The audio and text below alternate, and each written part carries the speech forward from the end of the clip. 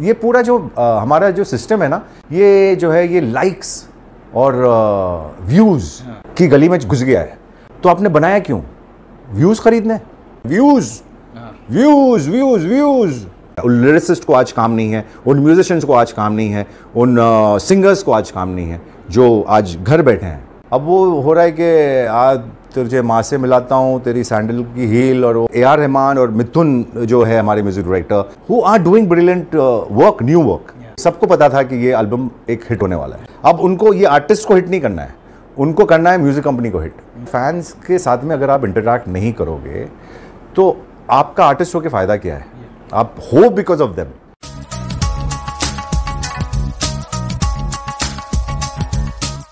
Hello everyone, my name is Digvijay, welcome to Bollywood Premi. दोस्तों, आज हम हैं एक ऐसे डीजे के साथ में। He is not only a DJ, he is a actor, he is a choreographer, he is a DJ, like complete mix है। यस, उनको टाइटल दिया INCA ने as DJ of the decade. And here we have today with us Akbar Sami. Thank you Akbar Sami. Thank you so much for having me. Bollywood Premi sir, and thank you very much for giving. Thank you Bollywood Premi, thank you आपके सारे दर्शकों को जो देख रहे हैं। मेरा बहुत बहुत नमस्कार, सलाम, आदाब, और लगे रहिए, जुड़े रहिए बॉलीवुड प्रेमी से। बहुत बहुत प्यारा चैनल है क्योंकि प्यारे लोग हैं, और ये जो सामने मेरे बैठे हैं और कैमरा के पीछे जो है, जो आप नहीं देख सकते, ये बहुत ही प्यारे, बहुत ही अच्छे और बहुत ही डेडिकेटेड लोग हैं जो आपके मनोरंजन के लिए बहुत ज़्यादा मेहनत और मुशक्क़त करते रहते हैं और मुसलसल कर रहे हैं। तो इनके साथ प्लीज़, ये मेरी रिक्वेस्ट पर्सनल आपसे है कि इनके साथ प्लीज़ जुड़े रहिए। सर, INCA जी, प्लीज़ हमें उसके INCA is India night life convention and awards.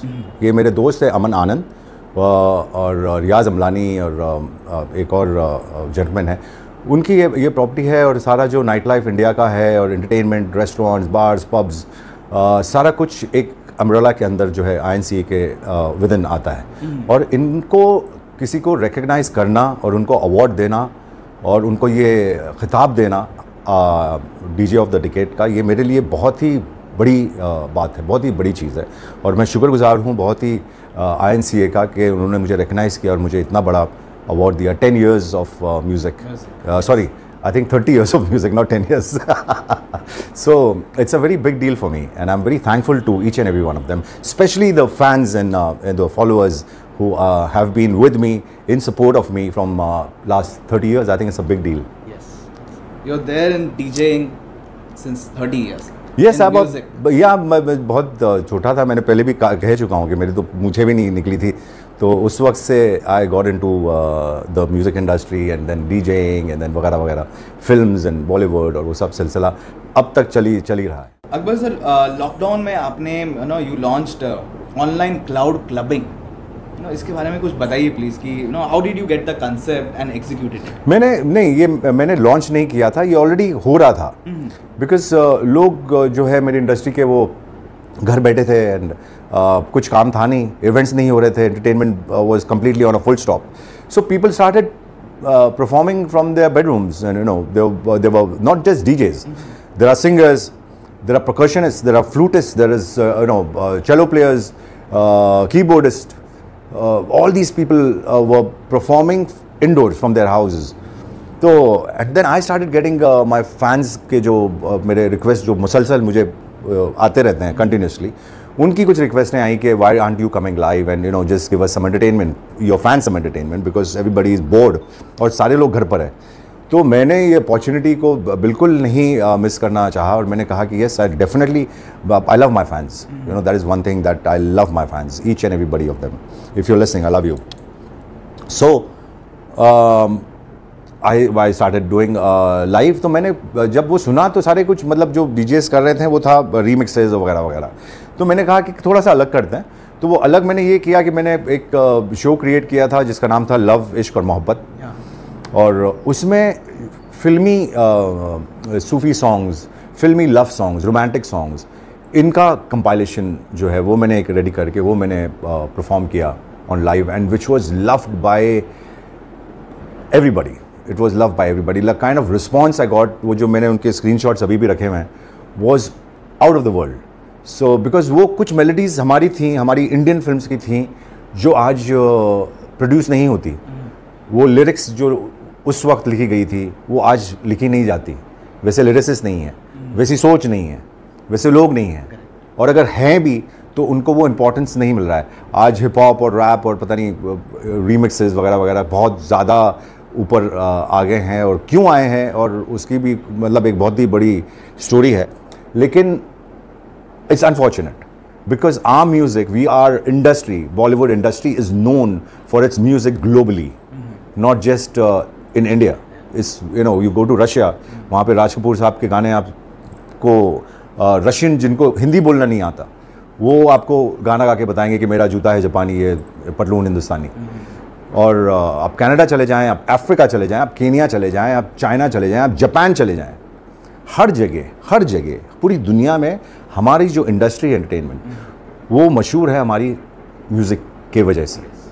तो वो आज हमने क्या किया, हिंदुस्तान ने क्या किया, हिंदुस्तान ने इस चीज़ को इरेज कर दिया है, उस सोच को इरेज कर दिया। उन लिरिसिस्ट को आज काम नहीं है, उन म्यूजिशियंस को आज काम नहीं है, उन सिंगर्स को आज काम नहीं है जो आज घर बैठे हैं। इतने ब्रिलियंट, इतने लोग जिन्होंने हमारी उनका कंट्रीब्यूशन इतना, मैं आपको बता नहीं सकता कि एक नेक्स्ट लेवल कंट्रीब्यूशन है हमारी इंडस्ट्री के उन म्यूजिशियंस की वजह से, जिनके पास आज काम नहीं है, जो आज बहुत ही बुरी तरह हॉस्पिटलों में मर रहे हैं। So this is got nothing to do with anybody else. ये हमारा खुद का कसूर है कि हमने ये होने दिया और यही चल रहा है, और ये कब तक चलेगा रब जाने। अकबर सर, बहुत बार ऐसा होता है कि आपने समझो कोई गाना बनाया और वहाँ पे क्रेडिट नहीं दिया गया। हाँ, इस पे आपका कुछ ऐसा एक्सपीरियंस है? मेरा सबसे एक्सपीरियंस क्या, सबसे पहला जो एल्बम था वो था जलवा एंड जादू। हाँ, तो वो ये शुरुआत जलवा से ही हुई कि जलवा जब रिलीज़ हुआ तो जो म्यूज़िक कंपनी थी वो नहीं थी, तो वहाँ पर इन लोगों ने वहाँ पर लिखा वेरियस आर्टिस्ट। तो अब वेरियस आर्टिस्ट कौन था मुझे नहीं पता, क्योंकि I was the artist that they signed music company को। आपका नाम क्या है? दिग्विजय। सही है ना? मैंने आपको साइन किया, ये प्रोजेक्ट आपको करना है, ठीक है? आपने प्रोजेक्ट करके मुझे दे दिया, ठीक है? आर्टिस्ट कौन है? दिग्विजय। मैंने वहां पर आपके काम को लोगों तक लेके गया और मैंने वहां पे लिखा कि वेरियस आर्टिस्ट। तो दिग्विजय का क्या हुआ? नाम तो लाए। तो मैंने आपको साइन क्यों किया? क्यों? You understand? तो ये एक बहुत ही बड़ा झटका या कहते हैं कि एक धोखा हुआ मेरे साथ, क्योंकि जो उस पर्टिकुलर एल्बम का जो टाइटल सॉन्ग था जलवा, उसका एक वीडियो बना बहुत अच्छा, नेक्स्ट लेवल वीडियो था, way ahead of its time, Sanjay F Gupta ने बनाया था। तो उनका मुझे उस दौरान जब वो वीडियो प्रोजेक्ट रेडी हो रहा था तो उस वक्त उनका फ़ोन आया ये कहते हुए कि ये आवाज़ किसकी है? तो मैंने कहा मेरी है। ये प्रोजेक्ट किसका है? तो मैंने कहा मेरा है। You have to be in this video. I said I think so, I don't know, I think so, I am suppose to. तो why are you not? So there was a lot of other things with the music company which they probably didn't wanted the artist to become big. उससे होता ये था कि सबको पता था कि ये एल्बम एक हिट होने वाला है, सबको रिलीज के पहले पता था कि ये हिट है, सुपर हिट है। अब उनको ये आर्टिस्ट को हिट नहीं करना है, उनको करना है म्यूजिक कंपनी को हिट। तो वो रिवर्स उन लोगों ने कुछ यूज़ किया मेरे अगेंस्ट, बट ठीक है, जो उनके नसीब में था वो उनको मिल गया, जो मेरे नसीब में था वो मुझे मिल गया। शायद मेरे नसीब में नहीं था, शायद मेरे लिए अच्छा नहीं होता कि अगर मैं वीडियो में होता। तो I take it that way, you know, ये ऊपर वाले की मर्जी होती है हर चीज़, कि आपका नसीब में है तो आपको ज़रूर मिलेगा, नहीं है तो नहीं मिलेगा। आपकी मैजिक रेसिपी क्या है to make a super hit remix? अभी भी आपने एक रिसेंटली नया गाना किया, आजा आजा मैं हूँ प्यार तेरा। तो आप अगर वो सुनेंगे, आपने सुना? आज सुना मैंने। कैसे लगा?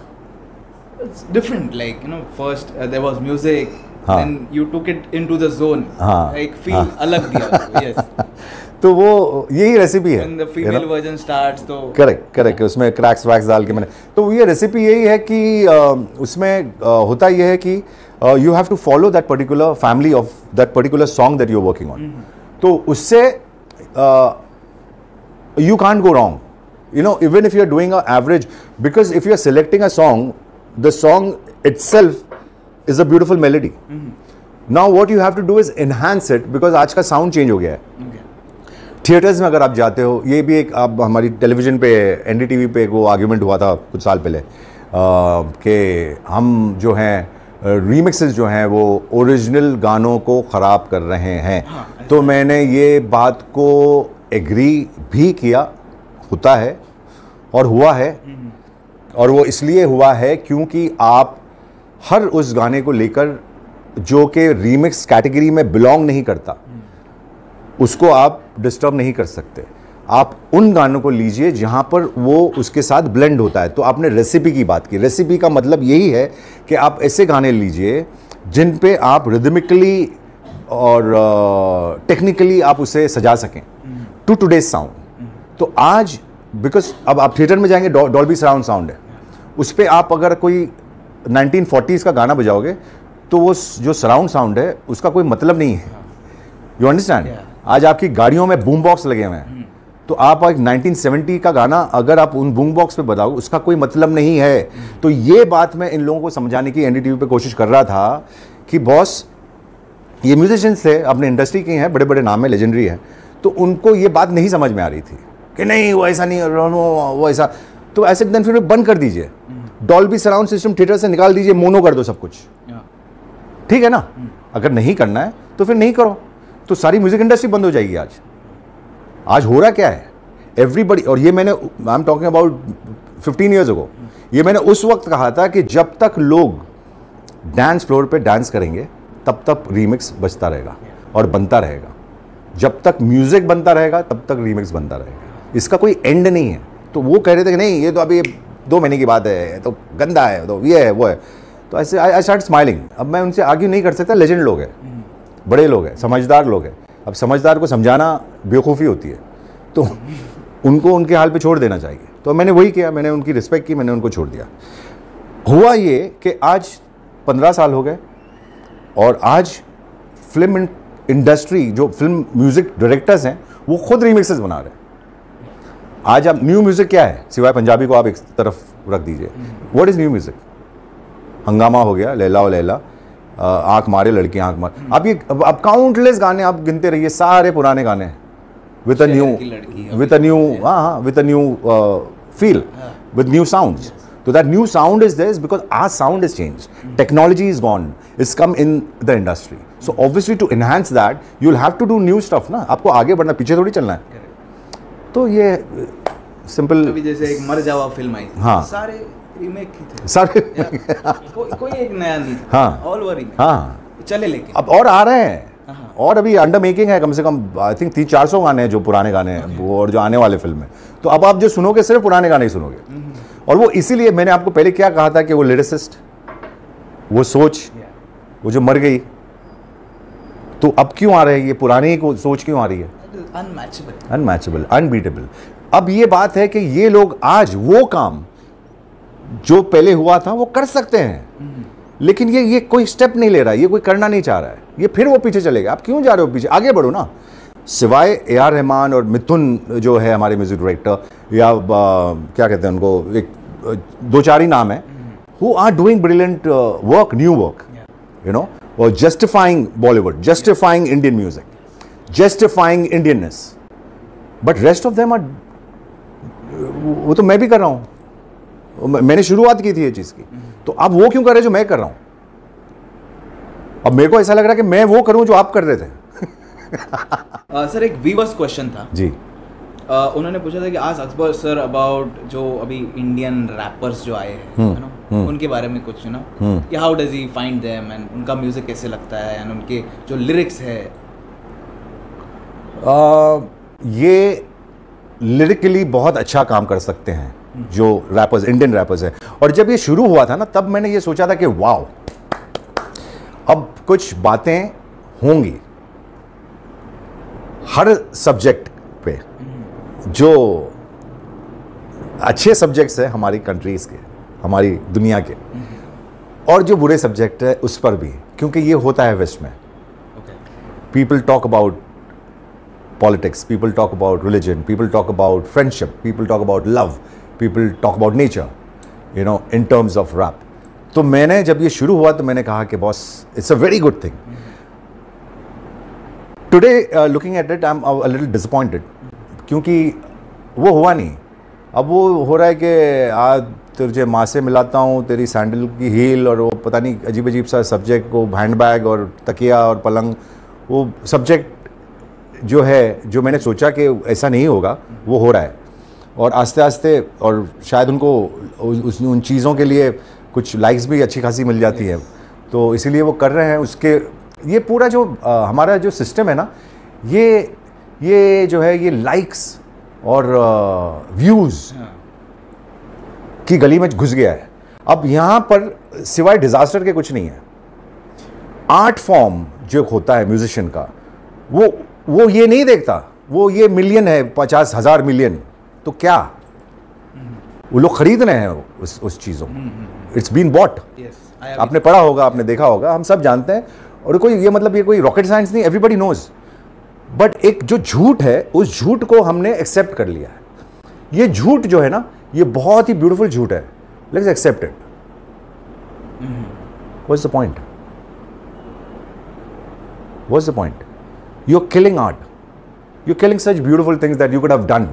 That time that you spent in the studio working on this particular project, जिसके लिए आपको जाकर likes और views खरीदना पड़ा, तो आपने बनाया क्यों?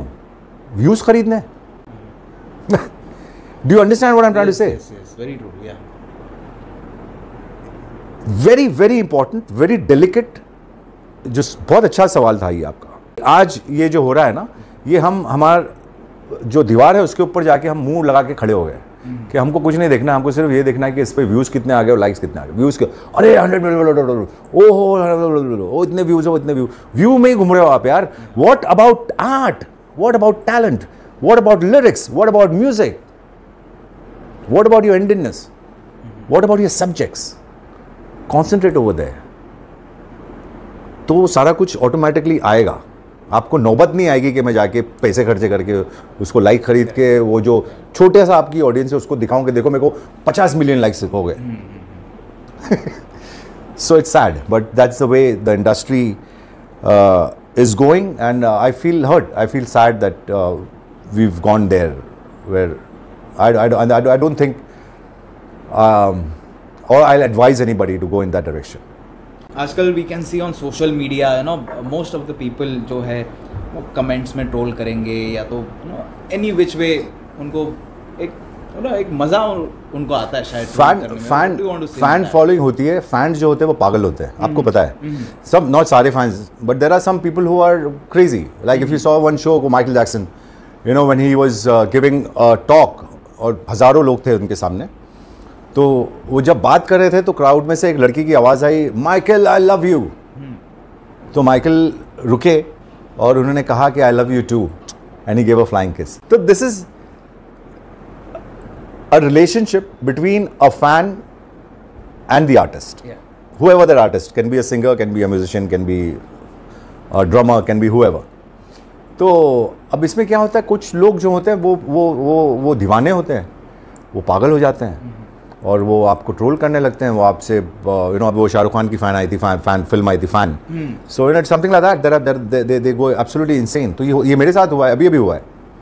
कोई आके मैंने कोई वीडियो पोस्ट किया था, तो उस पर एक जो लड़की थी वो आकर she started talking about be careful, he is a womanizer, he is this, he is that, you know, blah blah blah blah blah blah. तो जो मेरे जो फ्रेंड्स थे, जो अब लकीली फॉर मी जो मेरे दोस्त हैं वो मुझे करीबी जानते हैं, हमारे सालों के रिश्ते हैं, तो वो मेरे पोस्ट लाइक करते हैं, मैं उनके पोस्ट लाइक करता हूँ, वो मुझे कमेंट करते हैं, मैं उन्हें कमेंट करता हूँ. ये है क्या, ये क्यों है, ये बना क्यों है? समझो ये जो इंस्टाग्राम है ये क्यों बना है? connect people in a better way and exactly in a negative way. वहाँ पे एक वो बना है, एक हार्ट, वो उसको आपको लाइक करना होता है. वो बना किस लिए है? इसीलिए बना है ना. अब वो हार्ट का मतलब, अब वो हार्ट ही बना है और कुछ है नहीं वहाँ पर. तो अगर आपको लाइक करना है तो आपको वो प्रेस करना पड़ेगा, आपके पास कोई ऑप्शन नहीं है. लेकिन वो हार्ट को प्रेस करने का मतलब ये नहीं है कि आप उन्हें उसको दिल दे दिया. समझे आप? तो कुछ ऐसे एंटी सोशल लोग होते हैं जिनका दिमाग खराब होता है उनको ऐसा लगता है कि अरे अच्छा इसका इसके साथ में अफेयर है, इसके साथ में कुछ चक्कर है, इस वजह से इसने लाइक किया है। तो ऐसी कुछ अजीब अजीब सी हरकतें जो है वो लेटली मेरे साथ में बहुत हुई है। मेरे अकाउंट्स हैक हो गए और किसी ने मेरा पेज बना लिया मेरा फ़ोटो लगाकर, और वो मेरे दोस्तों के साथ और मेरे फैंस के साथ में इंटरेक्ट करना शुरू हो गया। हाँ, तो मैं आई वाज इन फिलीपींस जब ये एक दोनों अकाउंट मेरे फेसबुक का और मेरे इंस्टाग्राम का दोनों हैक हो गया था। फिर मैंने आके उसको रिट्रीव करके उसको ठीक ठाक किया। तो अब ये ट्रोलिंग फिर से शुरू हो गई है, और ये इसके पहले भी हुई थी। तो ये मुसलसल मतलब है एक चीज़ for just I think we need to be a little careful. I need to be careful. हाँ, बहुत बार सुना है। हाँ हाँ, ये होते रहता है। समी के साथ भी हुआ and many of them have seen कि यार मेरा एक डुप्लीकेट पेज बना दिया। हाँ, ये अभी मेरे ख्याल से 1-2 महीने पहले भी हुआ था। तो ऑल्विन राजीव मेरे एक दोस्त हैं, उन्होंने वो जो उसका स्क्रीनशॉट लेकर पोस्ट किया था, ये कहे कि this is not Akbar Sami's page, somebody is made this page and talking to his fans. तो ये है। और फैंस से इंटरेक्ट करना यार, फैंस के साथ में अगर आप इंटरेक्ट नहीं करोगे तो आपका आर्टिस्ट होकर फ़ायदा क्या है? आप हो because of them, you are because of them, they have made you whatever you are today.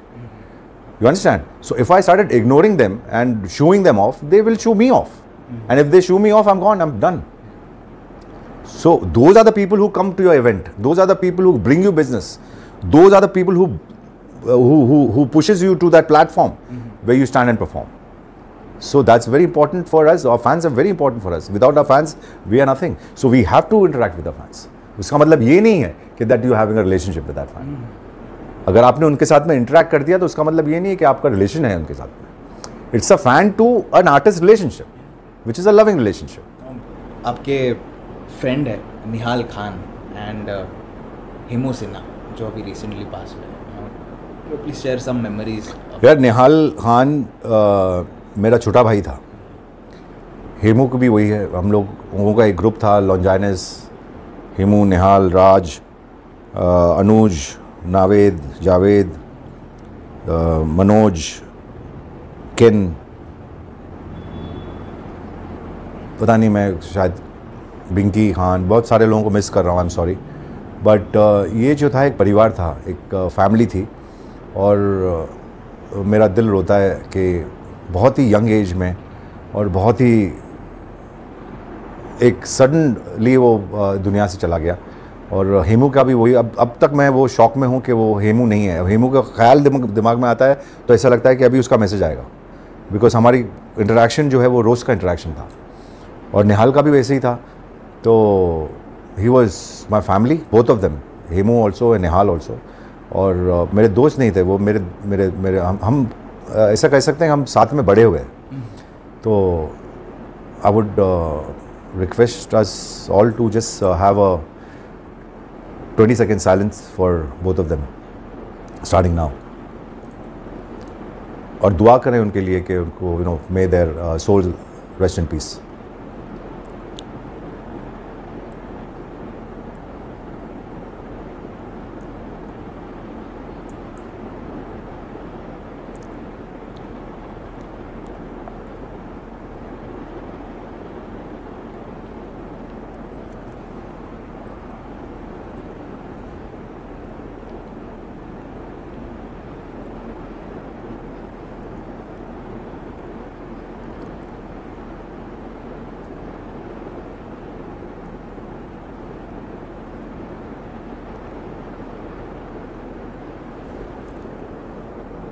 Allahumma salli ala Muhammad wa ala ali Muhammad.